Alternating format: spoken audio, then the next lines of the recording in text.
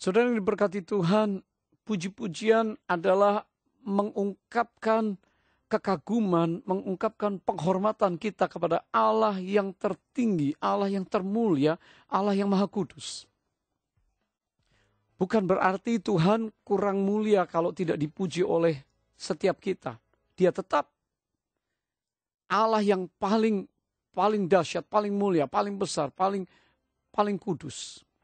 Tetapi dia ingin kita menerima berkat Allah pada waktu kita berada di dekatnya. Dan kapan saudara berada di dekatnya? Waktu saudara masuk untuk memuji Allah. Karena dia katakan dia bersemayam. Kata bersemayam, dia bertahta. He is enthroned. Ini bicara tentang raja. Yang bertahta itu raja. Raja akan bertahta ya di tengah umatnya. Kalau Allah kita, raja segala raja, bertahta menjadi Tuhan, menjadi pemimpin untuk hidup saudara, persoalanmu, persoalanku, badai dalam hidupmu, dalam hidupku, pergumulanmu, pergumulanku menjadi mudah.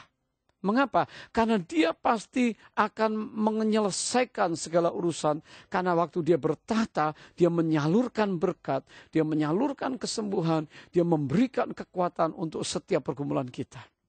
Nah, seorang yang bernama Daud, dia tahu rahasia yang besar. Dia katakan 3 kali sehari aku berdoa. Tapi 7 kali dalam sehari aku memuji-muji Tuhan. 7 kali dalam sehari. Dia memberikan prioritas tertinggi kepada Allah. Dia memberikan mengangkat Tuhan di tempat yang tertinggi, yang terutama dalam hidupnya. Kalau saudara ingat lagu yang terutama di dalam hidup ini, saya menuliskan puluhan tahun yang lalu bersama Grace, maka nyanyian ini menjadi menempatkan Tuhan di tempat yang utama. Saudara, puji-pujian adalah menempatkan Allah berdaulat dalam hidup kita. Kata puji-pujian pertama kali diucapkan dalam Alkitab ditulis oleh seorang ibu yang punya anak yang keempat. Anak keempat lahir, dia berkata, "And now I will praise the Lord." Yehuda. Apa yang dia alami? Ibu ini adalah seorang istri yang dimadu. Tidak sengaja. Istri Yakub. Ibu ini tidak dicinta oleh suaminya. Anak yang pertama lahir, tugas sajalah. Ibu ini tidak erat dengan suaminya. Saudara bisa membayangkan kalau hidup keluarga, rumah tangga, tidak dicinta, tidak erat, hanya memproduksi anak, oh kecewa, tertolak. Tapi dia katakan waktu lahir anak yang keempat, dia katakan sudah lebih baik dan sekarang aku tidak peduli situasiku, aku akan memuji Tuhan. Dia katakan Yehuda. Berarti puji-pujian adalah sebuah korban.